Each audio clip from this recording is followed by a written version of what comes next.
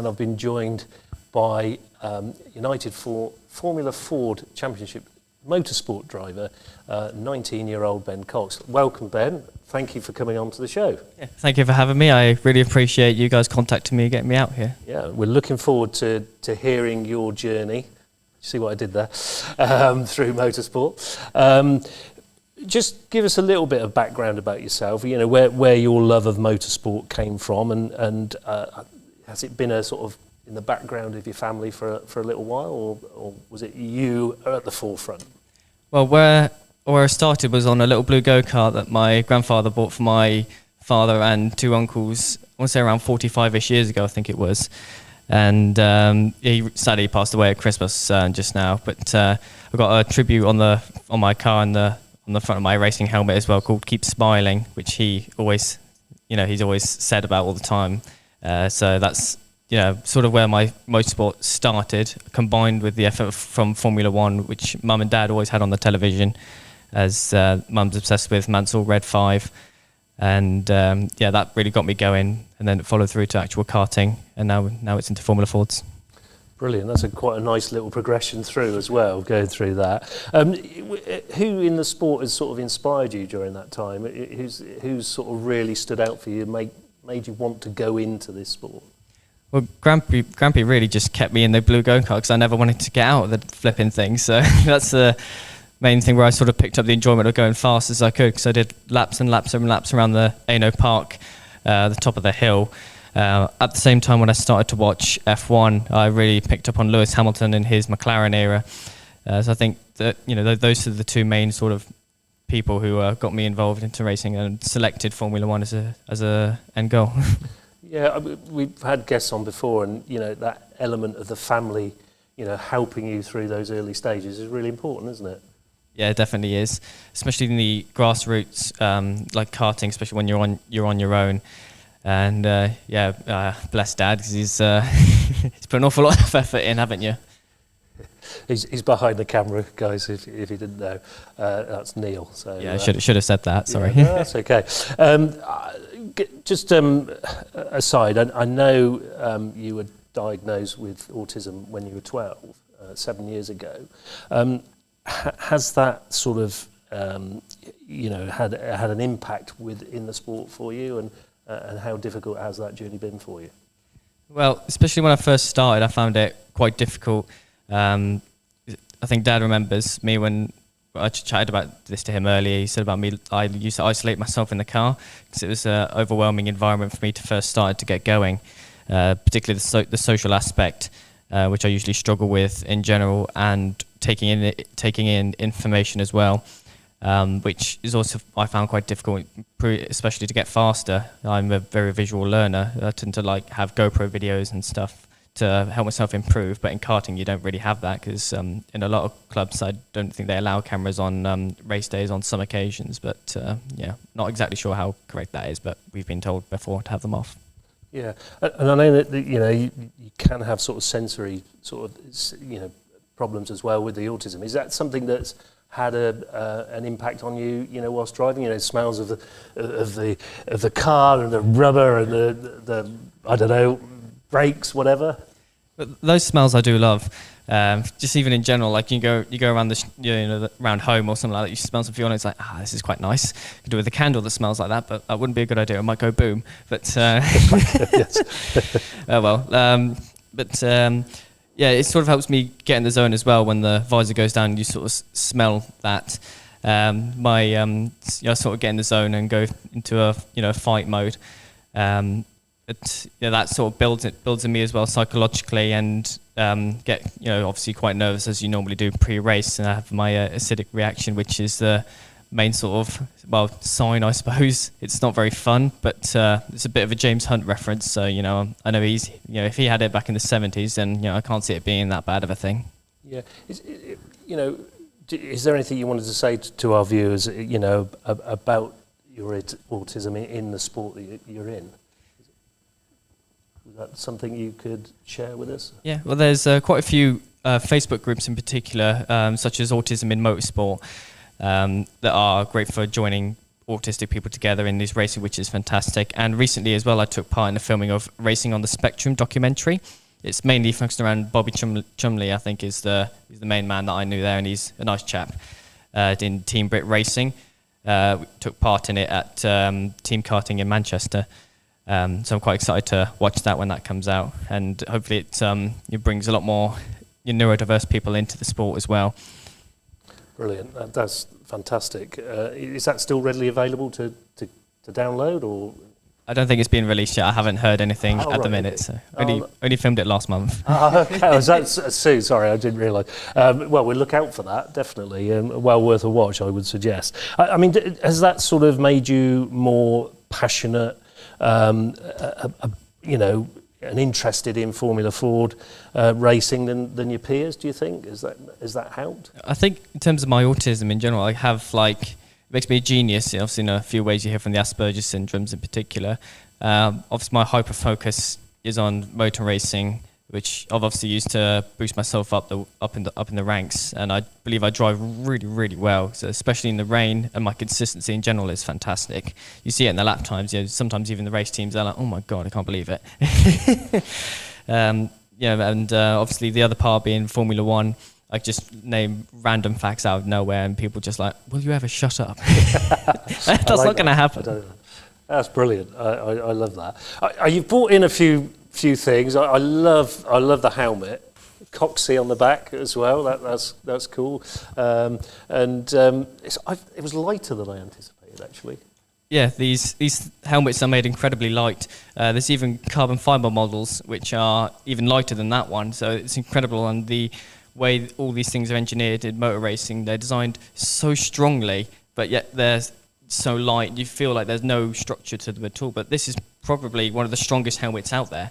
It's unbelievable, and your safety of motorsports has come such a long way in all categories, really, as well as Formula One. Formula One's obviously the one that's mostly advertised and pushing it, of course. I'm just gonna. That's probably, I would say, that's lighter than my cricket helmet, if I'm totally honest. So that's quite interesting to me. I think I have worn a cricket helmet some years ago as well. It definitely is lighter. It's very comfortable as well. You've got all the padding sort of goes up against your cheeks and everything. I mean, I don't think it'll fit you because it's specifically fitted to my head. I'm not sure if it will or not, but I'm not going to try. I'm not going to try, Ben. I will be honest. As much as I am, I'd love to. I won't. You got some trophies here, Ben, as well, from obviously successes you've had. Can you go through them for us? Yeah, I've got first one here being this is the first trophy I picked up in fullback a couple of years ago in 2016. My first podium. This was. Against one of the last year's actually Formula Ford's champions. Me and him were on the same podium in that race.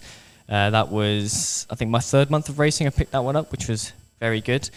Then the next one in the chronological order would be my first victory at Shennington in 2018.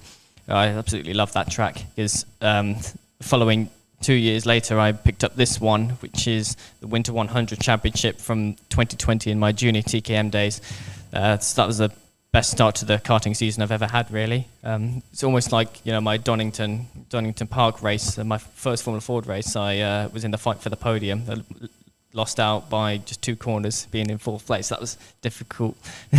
But I did get some podiums in the end, with this one being the first of my double podium at Snetterton in a rain-soaked race. It was absolute monsoons. But I was catching the leader, who was Oldfield's Lucas Romanek at the time. So yeah, now I'm in the team, so I'm excited to be doing even better than he did last year, hopefully. I was gonna bring on to that. I'd come on to that. I love this. This is great on the podium. What was that like, first podium? That's got to be a real sort of highlight for your career so far. That wasn't the first podium. The first one was about 2 months before in the dry. I just about managed to get it by 4/100ths of a second. The relief, because I didn't know until I actually came in, the team told me. I was like, the relief afterwards was amazing. You stand on the podium, you have that, that awkward smile. It's like, I don't know what else to do. But it was still such a good feeling as well. And I had some new friends from that weekend, Amanda and Charlie and Mark, come up as well, which was a great feeling to put on a show for them as well. I was going to say that. Is the camaraderie between drivers pretty good in the championships you played in? Is it good, or is it cutthroat? Depends on what championship fight you're in. Oh, right, okay. A lot of the people, obviously, a lot of people tend to be mates and that sort of stuff. Obviously, if you're in the heat of the front end of a pack, quite often it tends to be, you know, cutting it here, you know, really sharp edges. You're always on your feet, sort of thing. But at the end of the day, you're all friends. You know, you can be friends with the greatest rival. There's a couple of them that I'm still mates with now, who I used to race with when I first started. Who maybe aren't racing now, and I'm sure a few of you know who you are if you are watching this. So there we go. It does create some lifelong bonds, and it's a very nice sport to be involved with. Oh no, that's nice to hear. Actually, I mean, exciting times ahead for you joining Oldfield Motorsport. You alluded to it there. What's that going to be like for you? Obviously, it is exciting, but what's that got in store for you over the next few months? Yeah, of course, I mentioned that they were last year's championship winners, so that's the main part that I'm excited about. They're within the normal mix at the front end of the field, so obviously I'm hoping to push myself into that front bunch and get in the contention for a win, and hopefully the championship later on in the season, and make it 2 years in a row for Oldfield. That'll be brilliant. We will watch that with interest. We'll definitely follow that. One question I'm going to ask, because I don't know much about this sport, and I'm honest again enough to say that. What speeds do you get up to? Well, I think the average top speeds of the Formula Fords is nearing 120 miles an hour. I think you can push a bit more if it's like all the maximums, you know, wind pushing you, slipstream, things like that. But I think the average you get, you know, between 110 to 20-ish, I think, from what I can recall, is the average top speed you get. And it's like at Silverstone or Snetterton, when there's really long straights and they're just, you know, straight, you know, fourth gear, rev the heck out of it. That's good. I mean, that's brilliant. I'm learning so much about different sports, and learning this as well is brilliant to listen to. You mentioned there Lucas Romanek. He's quite decent in the championships that you're going into. Yeah, last season he won a fair few races, and I used to race him in Tyro karting as well, which is where I first started. We had a few good seasons there. Then he moved to X30. I went TKM, so we went different routes in that part. Now we raced in Formula Ford for the last 2 seasons. He's been with Oldfield, and I've been with Sully. Now, obviously, I've made the move to Oldfield. I'm quite excited to see how I get on, and hopefully, you know, do what I can to. Well, as I say, he's not racing with Oldfield this year, I don't think, but you know, hopefully, I can to get some wins like he did. Yeah. Does the car change? A different car to use this year? Yeah, different car compared to last season. So. I think I was on the Ray last year. This year I'll be on a Van Diemen chassis. Interesting. I know nothing about that. That went straight over my head, I've got to be honest. It's like comparing a VW to a Mercedes or something like that. Yeah, there's different makes and stuff like that. They'll have different performances. So yeah, we'll see how we get on. That sounds great. There's a couple of things I want to mention before you go, Ben. Is obviously your brother Aston is involved in karting a little bit, and your dad's heavily involved in helping you through this as well. Is there anything you'd like to say about those two individuals? Yeah, well, Ashton is my brother. He's very much the brains. He's like the engineer, if that makes sense. He's been in karting as well, of course. Dad's suffered a lot. I think his wallet has putting us through. I'm terribly sorry, Dad, to do that to you. He said it live. Yeah, I know. He loves it really, doesn't he? He's getting the content. But we work very well as a family. We've taken roles reversals as well. I've done mechanics on him for a weekend as well. He's got good mindset on how to try and focus and improve and things like that. And he's also got an apprenticeship in Alpine Formula One, which is absolutely fantastic for him. He's done blooming good there. Yeah, excellent. That is good work, isn't it? Just to finish, really, Ben, is if there's anybody out there that's looking to get into this sport in at the early stages, have you got any sort of messages for them or any advice you can give to them? Well, if you're looking to start, my first place to go would be indoor karting. You can have a little muck about there, birthday parties. That's where we sort of started to get on after my grandfather's blue go-kart. We called it the Blue Racer. And then we also went on to Let's Go Karting at Shennington, which is on their website. You can view that. And then Tyro Karting is where I first properly started racing at. And it's a very level playing field. Equal tyres, equal chassis, equal absolutely everything. It's very fair. And brilliant. It's a brilliant series. Absolutely. And it all starts for you, I believe, on the 10th of April at Silverstone. Is that the 13th of April on the 13th of Saturday? April That's is the the first Saturday. race. First race of United Formula Ford. All right. We wish you the very best of luck, Ben. I hope that goes really well. We watch your interest through the season. We certainly will be following it. So we wish you the very best of luck. And thanks again for joining us. That was a Thank you very much. fantastic I interview. very much appreciate you joining me. I look forward to coming back for another one sometime soon. We will definitely have you back. Don't worry.